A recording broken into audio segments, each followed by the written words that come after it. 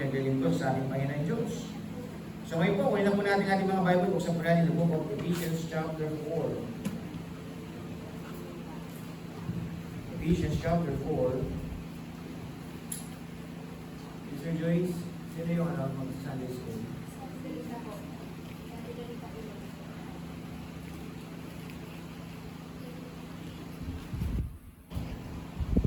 Ephesians chapter 4. Ano ba yung sumunod? Ephesians chapter 4, basahin po natin from verse number 1 down to verse number 7. Kaya po natin ginagawa, basahin po natin sa ating salitan. Sa verse number 7, sabi po tayo. Sabi po dito sa verse number 1, I therefore, the prisoner of the Lord, beseech you that you walk worthy of the vocation wherewith ye are called. Verse 2, kayo po, begin. With all lowliness and meekness, with long suffering, forbearing one another. Verse number 3, and devoting to keep the unity of the Spirit in the bond of peace. Verse 4. There is one body and one spirit, even as we are all in one hope of our body. Verse number 5, one Lord, one faith, and one baptism. Verse number 6. One God and one Lord, who is our Lord, and through all ages. Verse number 7, sabay-sabay po tayo, ready begin. But unto every one of us is given grace according to the measure of the gift of Christ. Ay lahat ngayon, hindi po sa ng langit. Ang namin Diyos, ikila sa lahat. Patuloy o Diyos, kami po nagpapasalamat sa panibagong pagkakataon na pinagkalog niyo po sa buhay ng bawat isa.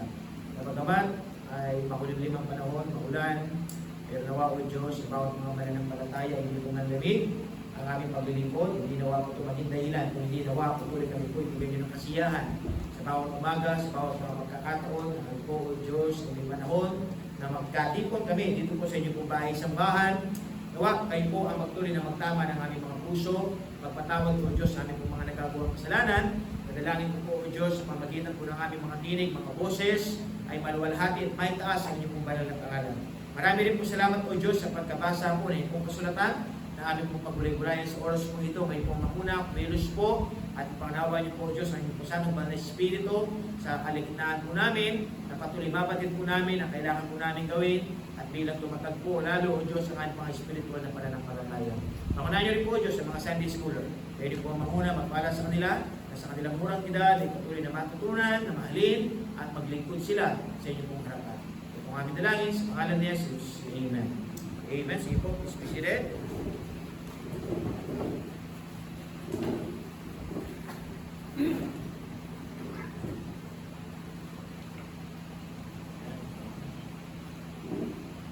So dito po sa book of Ephesians chapter 4, nandiyan po ba kayo sa Amen? Pag yung tinig natin narinig, yung may patak eh, no? Yung may patak ng konti, parang nakakantok, no? Minsan, no? Masarap matulog. Kaya yun, di ba? Hindi nakabangon. Hanggang ngayon, natutulog. Buti na lang kayo nakabangon, amen? Sapagkat ito po ay oras para tayo maglingkod sa ating Panginoon Diyos. Ako, the Lord deserves our best. The Lord deserves to worship sa buhay po natin. Kaya dito mga kapatid, pag-aaralan po natin ang buhay po ni Apostle Paul. Sabi po sa verse number 1. Sabi sa verse number 1, I therefore, the prisoner of the Lord, beseech you that you walk worthy of the vocation wherewith ye are called. Pasilin po natin mga kapatid ang pananalita po ng isang lingkod ng Diyos. Ng isang apostol ng Panginoon mga kapatid na siya naglilingkod sa Diyos. Ano yung tinuri niya sa kanyang sarili? Sabi niya, I therefore, the prisoner of the Lord. Alam mo yung word na prisoner? Napo, bilanggo. Napo, do you imagine, inaring ni Apostle Paul mga kapatid, na siya ay prisoner ng Panginoon. Anong ibig sabihin? Siya po ay nagpasakop sa Diyos. Napo, na siya ay sabihin natin na hindi siya gagawa sa kanyang sariling kagustuhan, sariling kalooban, kung hindi siya ay susunod sa kagustuhan ng Panginoon. Kaya nga dito mga kapatid, nasabi ng Apostle Paul, I am the prisoner of the Lord. Ako na ay preso, ako na ay maglilingkod, ako na ay magpapasakop sa kagustuhan ng Panginoon. The question this morning, ikaw, saan prisoner ka? Anong prisoner ka? Diba? Hanggang ngayon ba kayo nakakulong sa kasalanan? May iba na kayo, prisoner of sin. No po? Nandoon, nakakulong sa kasalanan.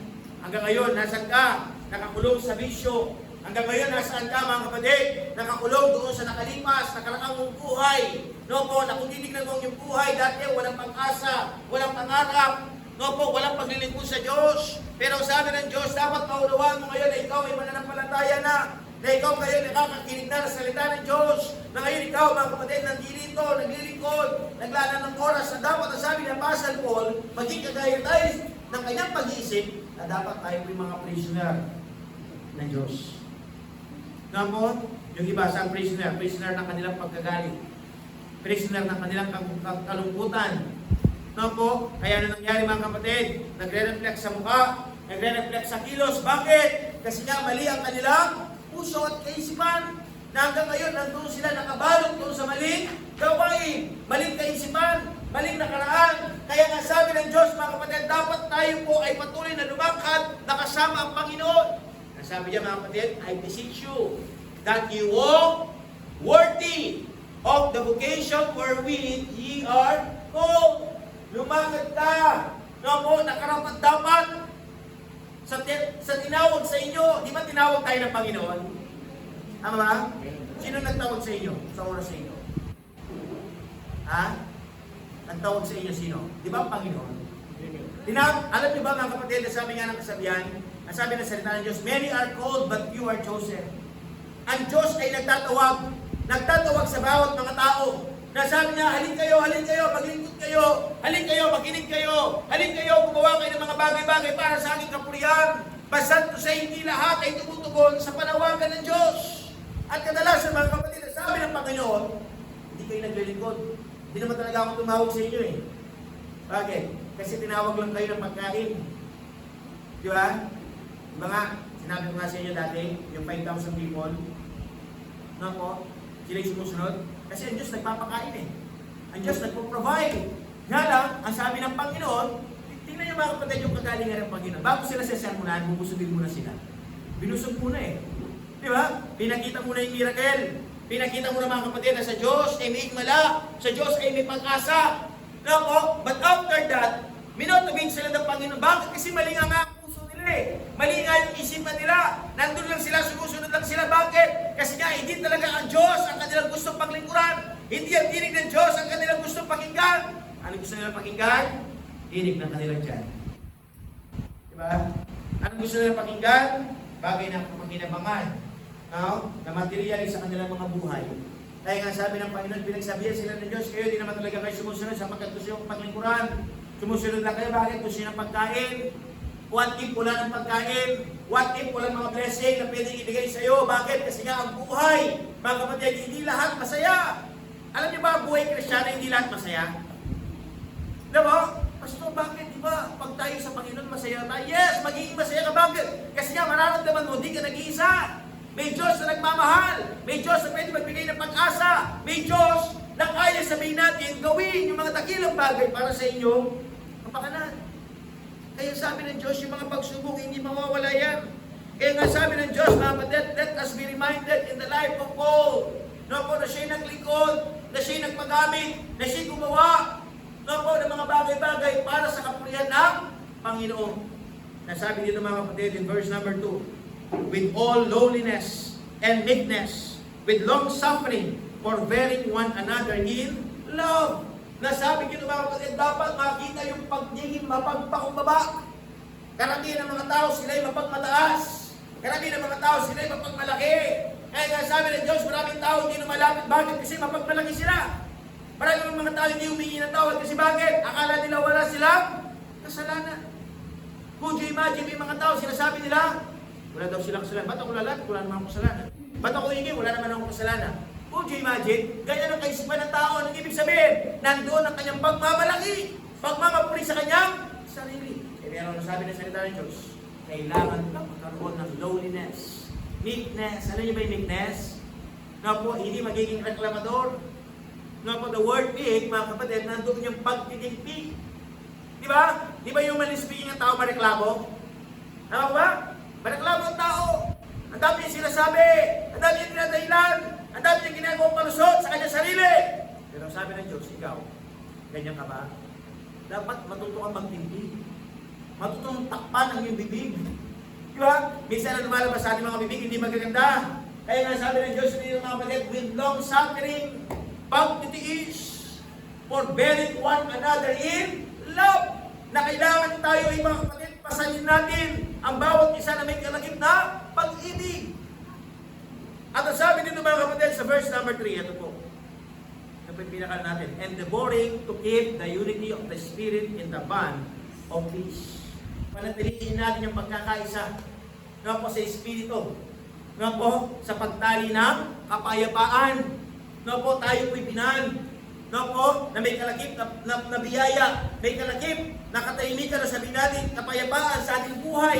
Kaya nga sabi ng Diyos, being the church of God, we must keep the unity in our church.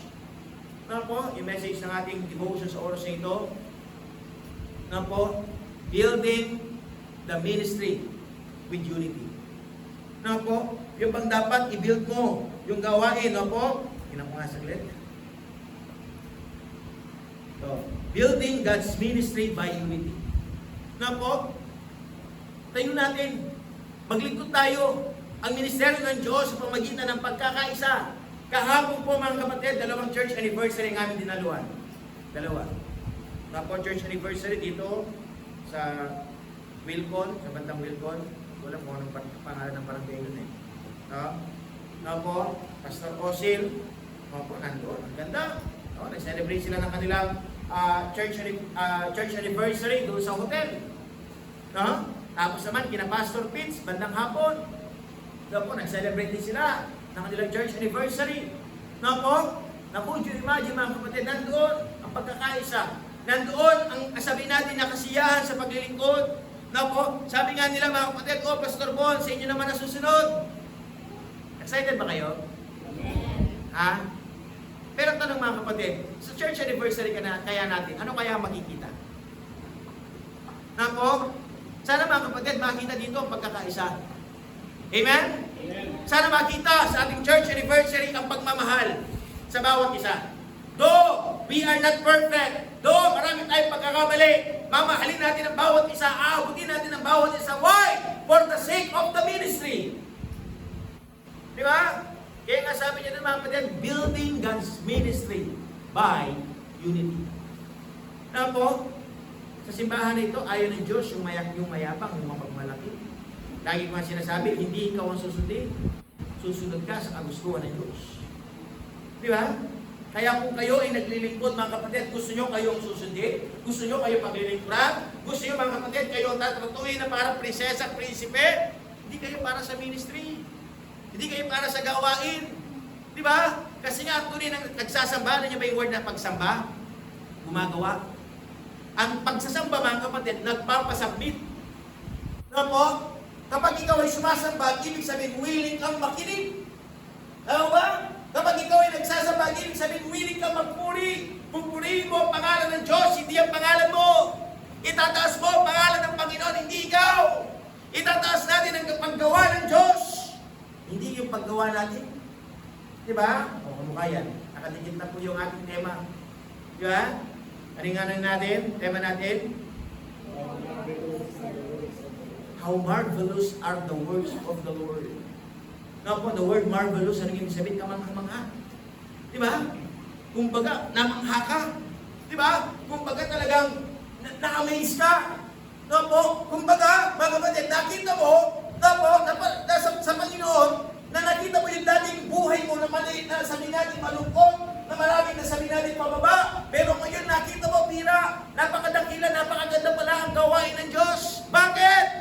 Kasi ikaw ay binago ng Diyos. Bakit? Kasi ginagamit ka ng Panginoon. Bakit mga kapatid? Kasi nandito ka ngayon, kaisa ka, naglilingkod, nagpapagamit, kumikilos. Bakit? Dahil ito po ang kagustuhan ng Panginoon sa ating buhay. Kaya sabi ng Diyos mga kapatid, endeavoring to keep the unity. The word, tignan niyo mga kapatid, to keep. Bakit kailangan panatilihin? The word keep, panatilihin eh. Sinupin. Di ba? Anong kailangan nating panatilihin? Anong kailangan nating paigtingin o sinupin mga kapatid? Yung pagkakaisa. Bakit? Kasi ang ating kaaway, sino kaaway mo? Ha? Sino kaaway nyo? Katabi nyo ba? Tignan yung katabi nyo. Hindi kita kaaway. Tabi mo nga.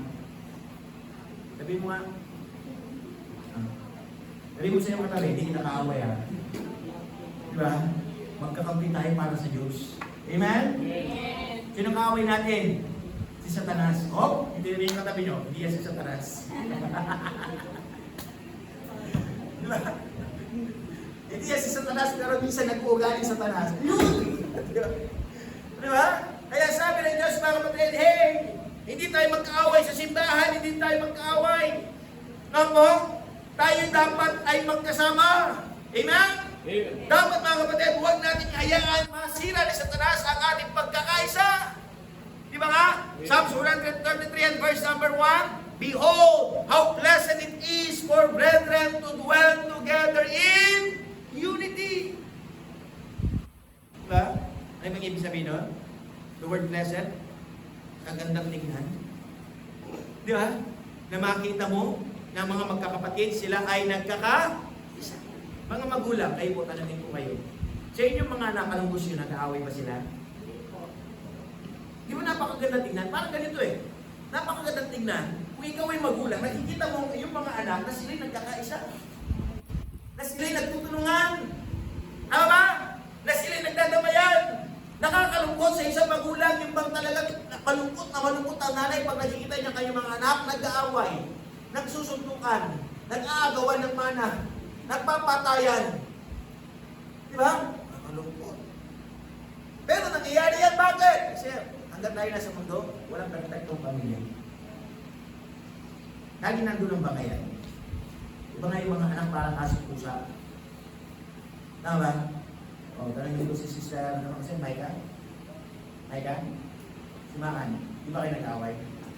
Oo, di ba? Kasi nag-aaway, parang asong pusa yan. Di ba? O, ito, Princess. Si Princess, tigre ito eh. Di ba? Ito, Claire, di ba? Gerald, Princess, di ba kayo nag-aaway? Di ba? Di ba? Parang tigre yan. Ito, tatlong ito, di ba? O, tatlong itlog. Di ba? Di ba kayo nag-aaway? Nag-aaway. Di ba? O, si RJ, boss yan. Di ba? Di ba? Kung imagine, ano kung gusto kong emphasize mga kapatid? Habang tayo nasa mundong ito, pagkabat tayo nagkakasama, minsan nagkakaroon ng pangayan. Pero ang sabi ng Panginoon, dapat palatiliin pa rin natin ang pagkakaisa. Amen? Kayo ni mananampalataya. Huwag dumating yung punto na sasabihin nyo, may mana tayo sa barangay, hindi na lang mga kapatid. Di ba? Minsan may ganun eh. Di ba? Yung bang pinaiiran yung sakit ng loob, pinaiiran yung galit, pinaiiran yung katakawan. Di ba? Kunwari si Aidan, hindi lang pinagtira ng pagkain. Di ba? Inubos lahat ni Andre. Di ba? Pinagtawanan ni Eugene. Di ba? Di ba? O, maglalayas na to. Maghahanap na ng kasulatan, hindi ko na sila kapatid. Di ba? Minsan, di ba, yung bang andali kasi ng tao na pasukan ni Satanas. Tama ba? Andali tayong, yung si Satanas, si Taning, andali niyang i-discarril yung isipan at puso mo. Di ba? Agad-agad, nag-iiba ka. Parang, ang ganda pala ng fellowship, ang ganda pala ng usapan, mamaya-maya, iba ka na naman. Bakit? Kasi minsan, pinaiiral natin mga kapatid, yung galit. Pinaiiral natin yung pagkakaiba. Kaya nga sabi niya mga kapatid, let us give the unity in the spirit, in the bond of peace. Panatiliin ang pagkakaisa.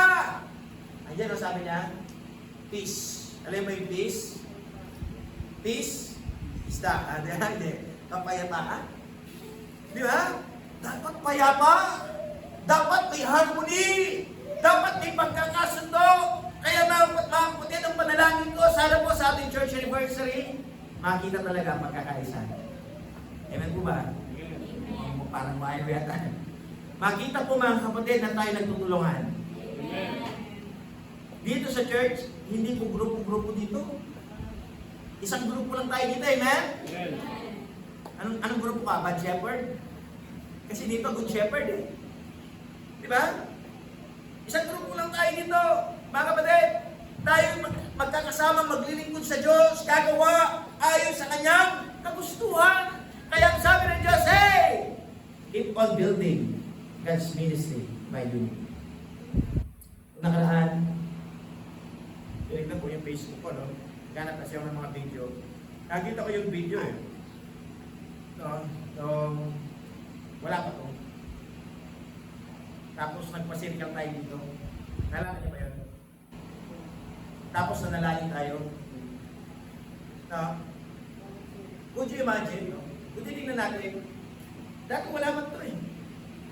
Di ba? Napakadumi. Nanalangin tayo. Yung mga kapitbahay natin dito, siguro sabi nila, pag ano kaya tatayo nila dito? Di ba? Nagtatanong sila, si Gab yung nagtatanong eh. Sabi ni Gab, nakatingin siya habang nananalang tayo. Nananalang kaya din eh. Di ba? Kasi dati meron lapa din eh. Kung pa yung brother JC eh. Di ba? Tingin-tingin lang sila. Ay, nagagawa doon, may pa-circle na. Tapos may nalangin na. Di ba? Tapos sinabi ko pa doon sa video yun, oh, sige, kuha na tayo ng ating mga sandata. Di ba? Tara, kuha na tayo, mag-inis na tayo. Di ba? Could you imagine, tapos mainit pa. Ano po? But could you imagine, pero nakipagkaisa. Nakapaglinis. Di ba? Nung una kung titignan natin, ay, di ba? Di ba nanay ko, kung titignan natin, ito, nakadumi. Di ba? Naalala niyo ba yung sa natin nilunahan doon? Kasi titignan natin, kasukal, di ba? Ang daming dumi. Na po? Kaya nga lagi natin naalala si Lolo Ben eh. Di ba si Lolo Ben? Yung mga malalaking puno. Siya na nagputol. Kung bagay kay may malaban eh, may ngalis na eh. Di ba? Hinampas na lahat. Kaya kung imagine, pagkamat wala na si Lolo Ben, pero ang kanyang ginawa para sa Diyos. Hanggang ngayon nangungusap eh. Di ba? Bakit? Kasi tayo ay nakipag-kaisa. Ganon din po tayo mga kapatid. Kaya nga sabi ng Panginoon mga kapatid, tayo po inanaremind. No? Habang sinuswipe ko mga kapatid, tinitingnan ko, hindi na katagal na pala. Katagal na pala nang lumipas ng mga panahon, parang kailan lang. Di ba? Parang kailan lang wala. Parang kailan lang mga kapatid, nandun tayo sa sabihin natin kahirapan, talagang walang magandang lugar. Pero ngayon, binigyan tayo ng Diyos. Why? What's the secret? Kasi nagkaroon tayo ng pagkakaisa. Ano yung pagkakaisa natin? Pagkakaisa na tayong lahat ay magaling ko sa Diyos. Pagkakaisa na tayong lahat ay gagawa para sa Panginoon. Pagkakaisa mga kapatid na tayong lahat ay kikilos para sa Panginoon. Na po, si Joyce nun, bata pa ako. Di ba? Oo, bata pa si Joyce nun, nakikita ko eh. Kalit-lit pa lang. Pero ngayon malaki na siya. Di ba? Tapos, di ba, si Glenn, sabi na natin, Dad, tututin ka ang kutsara. Di ba? Yung sariling kutsara na si Glenn eh. Yung sariling kutsara. Di ba, Brad? Yung sariling kutsara. Yung sariling kutsara. Di ba? Manasinto. Di ba? So nandun mga kapatid, could you imagine, makita ang pagkakaisa na tayong lahat ay gumagawa. Tapos naalala ko pa yung ano eh. Ewan ko na kung naalala yung meron mo na dito, yung grab-up. Yung grab-up. Tapos nagpa-picture tayo. Tapos nagdala si Lolo Ben dun eh. Naalala niyo ba? Nagdala si Lolo Ben ng merienda. No? Angel's Burger yun eh, di ba? Nagdala siya ng Angel's Burger. Could you imagine? Nandun tayo. No po?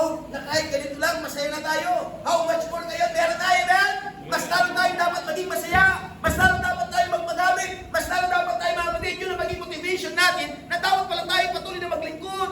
Gawin natin anong kagustuhan ng Diyos. Sapagkat marami pa po tayo magagawa. Amen. Kahapon mga kapatid, nakapasyal po kami ilang pastor kids. Ganda ng simbahan. Nakapisan. Pisan eh. Napakaganda. Saan po? Tapos sa lipunan, meron na ito. Yung nag-cooperate, doon na. Di ba? Oh, si Brother JC, doon na. Lalagyan na lang natin ang tali. Di ba? Parang Tarzan lang na no? Pag market, no? Could you imagine, yung kasi natin, andun eh. Kamukha. Could you imagine? Bakit nangyari yung mga kapatid? Kasi meron silang pagkakaisa. Ang tanong, kung nakaya nila, di ba natin kaya? Kaya natin. Sila nakapag-church anniversary sila mga kapatid. Na kung hindi na mo rin, hindi rin sila ganun kadami. Na po, wala rin silang kakayanan. But could you imagine, meron sila nagawa. Nakapagbigay. nakapagluto, nakapagpakain, nakapag-serve. Pagkatapos silang ng service, naglinis pa. Tanong, tayo, di ba natin kaya yun? Kaya tama? Ito ba lagi sinasabi mga kapatid? Huwag mong hanapin ang wala. Tingnan ko kung sino natin.